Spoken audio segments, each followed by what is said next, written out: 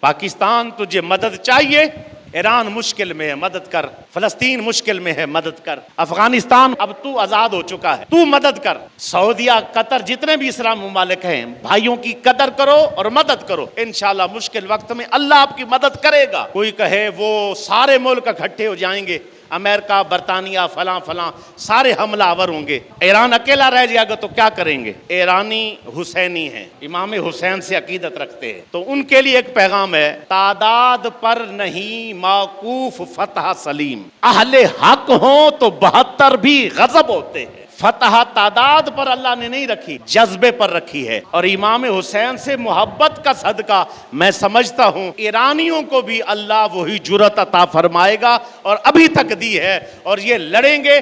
تعداد پر بات نہیں ہے، اصل کیا ہے؟ جذبے پر بات ہے، اور کوئی بھی جذبے کے ساتھ لڑے مسلمانوں میں تو ساتھ بھی دیں اور ان کو خراج تحسین پیش بھی کریں۔